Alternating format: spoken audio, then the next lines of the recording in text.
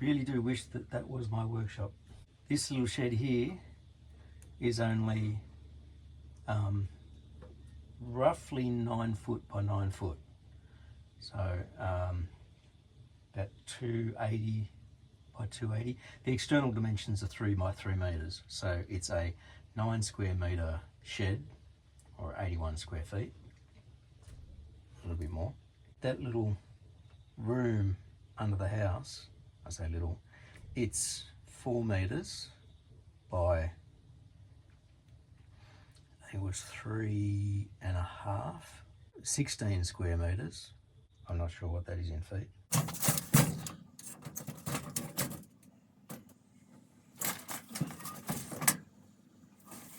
11.5 by 13 feet. You can do the math on that. But in here,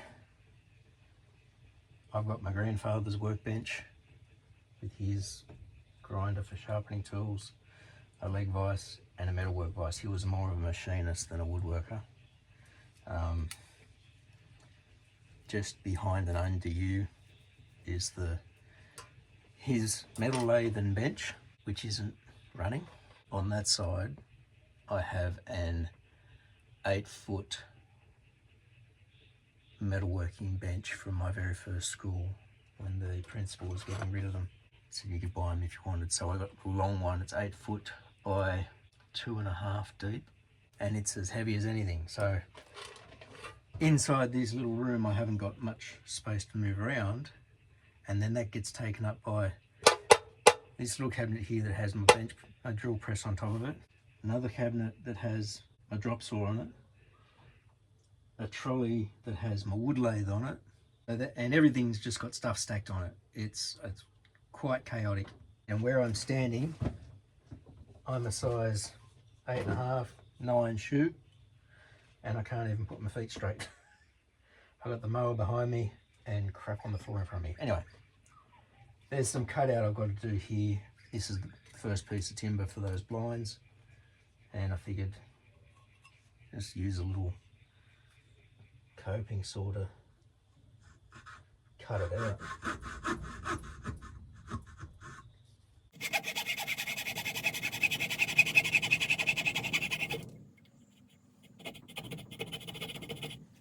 This cutout has a little bit of a curve on it. Oh.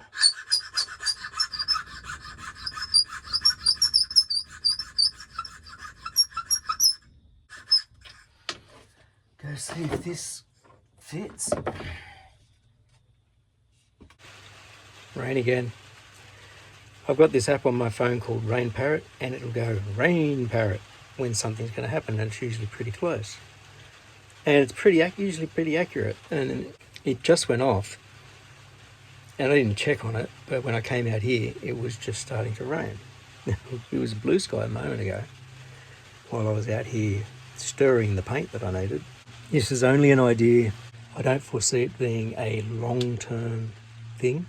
The plan for my sheds, and I say sheds, this one here just basically has everything jammed in it, and the other shed that I built next there is more of a storage of furniture and nice things in there. That one's like completely lined.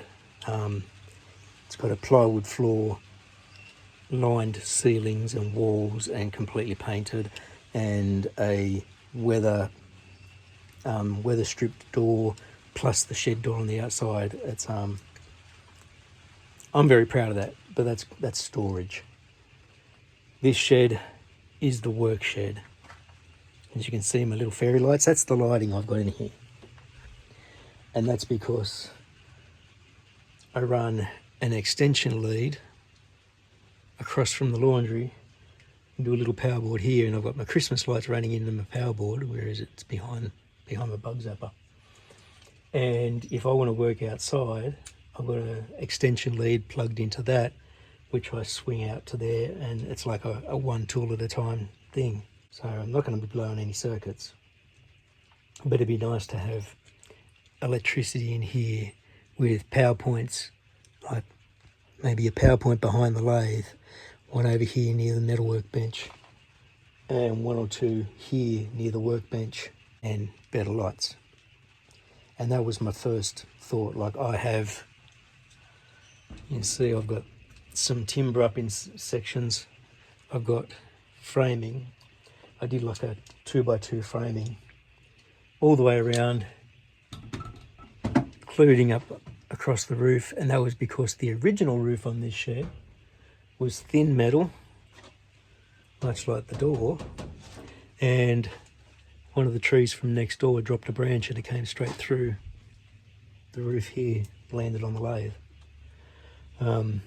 So I ended up taking that roof off completely, framing out the shed, and that was a big job. Took everything out. Mind you, I don't think I had as much in here at the time, but I took everything out of here, framed up the shed, put some plywood on the various walls for like creating shelves and stuff like that, and my eventual tool board. It's got tools and it's got garden tools in here. I'm building a shed under the stairs, and that was because I dug right down to the foundation to waterproof the foundation, like the wall, because we did have water seeping through the walls. Did that on the other side of the house, and I no longer get leaks there. Bit that I've dug down is still all there. I still dug out, and I plan on putting a concrete floor in that and then framing a shed underneath the stairs. That's where the mower can go and the weed whacker, like garden tools. That old shed is really, it's temporary. It's just sitting on pavers, and it's just got all my timber that I've collected, especially particle board, plywood, and that sort of stuff from all, like, because we've nabbed kitchens off Facebook Marketplace and that sort of stuff to get the cabinetry for it. So that's what's in there. I don't want to keep that. I want to get all that stuff out of there. Behind this shed is half of an old carport, not even that. And it's just got long lengths of timber stored under it.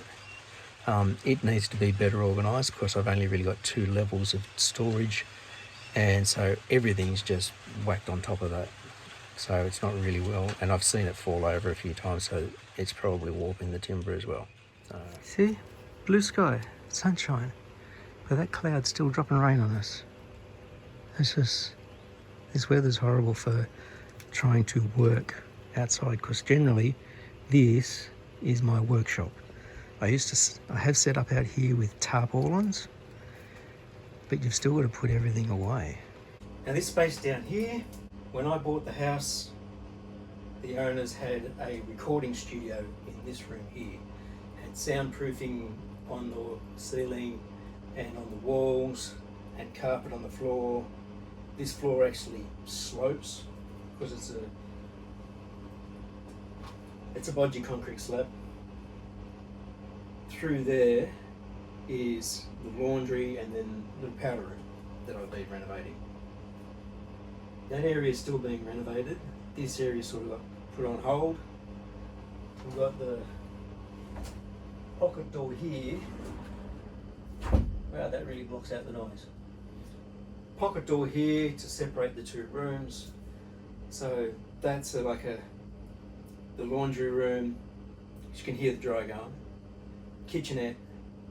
That's where the hot water heater is, and that's where the powder room that I've been building is, because it just used to be a toilet in the corner, and I've been basically framing it out, and it's got a door there as well. Here, this space, 3.5 metres that way, 4 metres that way. You might just be able to see the windows there. It's got 2 windows that are frosted. This post in the middle helping support the lounge room.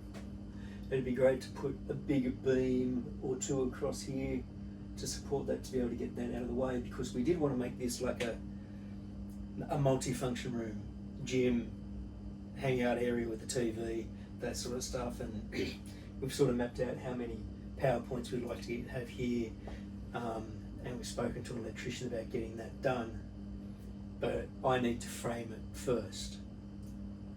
In order to frame this, this area to this side. This little cubby door that I put in years ago, that goes through just to avoid which goes from like here to the front of the house. That's just empty, but ground level is here, and then there's a big drop off. Some of the ground in the drop off leans against this wall on the other side, and so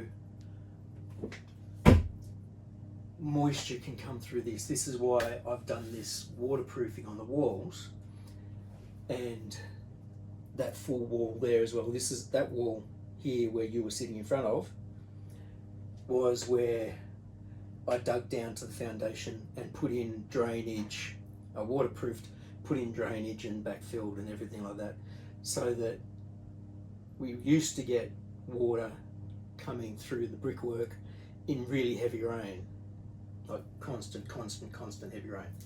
Haven't had that since, but I have had a few spots where water has come through this wall and further down in the laundry area. That has sort of stopped me from working, because I need to waterproof the other side of this wall, and I need to dig out all the soil to be able to waterproof that wall. This is the only access, so you can imagine trying to get all that soil out. So one of my projects is to try and make an access door down that end where the ground level drops down, and that'd pop out underneath the landing near the stairs. So if I can get that all waterproofed, then I'd feel more confident in framing this area out, because I would hate to frame it and put the wall on and then have water come in. That's just something you don't want to have. And I had started to do the plasterboard in there, and that's when some water came through after like a couple of weeks of really heavy rain.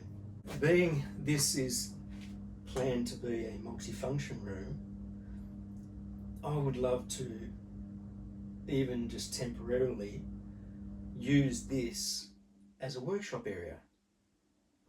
Set up the saw in here, bring in the drop saw, just so that I've got somewhere dry to work, clear out some of the stuff. I mean, when I was cutting this timber up, I didn't have to go very far, so where it is wasn't too bad. If I needed to rip something longer, I could bring the saw back here a bit, open the door and feed it through. But generally it'd be good to have just this area as a workshop. That's an idea that I have floating, whether that happens. But yeah, just as a temporary workshop, even if that's just, so because so much of the project stuff that I've been trying to do gets hindered by the weather, and I don't have a workshop. When I built the door for the camera turned off again because of it had filled up, and I'd only just realised it's because I was using the main camera, which records in 4K, so I've just flicked it around to be the selfie camera, because that only records in 1080p. The last thing I was saying was, when I was building the door for the porch here, the old doors for the balcony and the porch were 2300 and a bit tall, so almost a full height door. And they were timber frame with a giant glass panel that went from top to bottom. In the interest of insulation and not wanting to worry about that much glass, we bought a new door for that. We put a dog door in that door as well, so the dogs could get out onto the porch, because we had a little fake grass area there as well for them to lie on in the sun. But so that door, we could not buy a full height door, but we got a door that was a standard height door, glass in it at about this height, and then I built out the top of the door to fit the rest of the door frame. I was able to build that outside because we were having good weather. But when it came to painting that door, I brought it into here, set it up on sawhorses, right where you are, in between the old fridge and the wall. And I would paint it here, let it dry, flip it, paint it here. So having access to somewhere to work and not have to worry about the weather would be perfect. And so I think, because at one point you couldn't actually, this shelf was about to here, and yeah, like I said, we had so much other stuff, and I've just started clearing it out. It's kind of like a bit of a purge of stuff. Still got to go through some things here. This is our pantry overflow as well. But if I get the laundry renovated, there'll be cabinetry in there, which we can move that into there. This, to be able to make this that multi-function room and workshop in the meantime. But I've got to do that. But yeah, big plans in my head. Just need to action them. And speaking of which, I think, no, not quite. The pieces of timber that I've cut for the windows up in the bedroom, so I can put those blinds up, pre-painting them, so I don't have to worry about that. And I've done 2 coats on the side that you won't see, that's up against the window frame. When that's dry, then I can start doing the coats on the sides you will see, and that'll be at least three coats. And then I can go and install that, install the brackets for the blinds, because until then I can't cut the blinds down to size. So the blinds are just basically sitting in their packets waiting for those brackets to go up. Those brackets are waiting for this.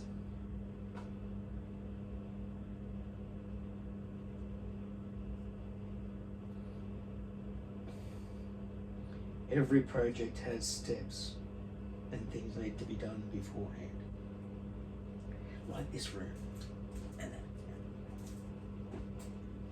that. Anyway,